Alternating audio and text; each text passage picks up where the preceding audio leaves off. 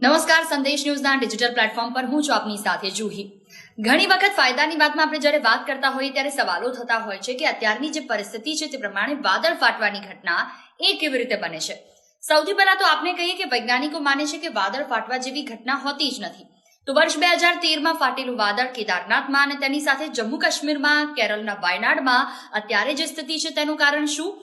તેનું કારણ સમજાવતા વૈજ્ઞાનિકો કહે છે કે 2 સેન્ટીમીટરથી વધારે ક્યારે પણ વરસાદ પડે છે તો તેને વાદળ ફાટવાની ઘટના નથી કહેવામાં આવતી। વૈજ્ઞાનિકો માને છે કે ઘનીકરણની જે પ્રક્રિયા થાય છે તે ખૂબ ઝડપથી બને છે અને આ પરિસ્થિતિમાં અસરગ્રસ્ત અને મર્યાદિત વિસ્તારમાં અનેક લાખ લીટર પાણી પૃથ્વી પર વરસે છે, જેના કારણે તે વિસ્તારમાં ભયંકર પૂર જેવી સ્થિતિ સર્જાય છે। ભારતના ભૂગોળને જો ધ્યાનમાં લઈએ તો ચોમાસાની ઋતુમાં ભેજથી ભરેલા વાદળો ઉત્તર તરફ આગળ વધે છે। હિમાલયના પર્વતો તેમના માર્ગમાં એક મોટો અવરોધ વચ્ચે આવે છે, જ્યાં ગરમ હવાના ભેજથી ભરેલા વાદળો આ પર્વત સાથે ટકરાય છે અને આવી પરિસ્થિતિમાં વાદળ ફાટવાની પરિસ્થિતિ સર્જાઈ શકે છે।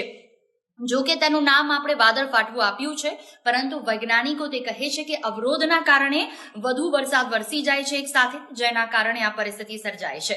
આવા જ અવનવા વિડીયો માટે જોડાયેલા રહો સંદેશ ન્યૂઝના ડિજિટલ પ્લેટફોર્મ સાથે।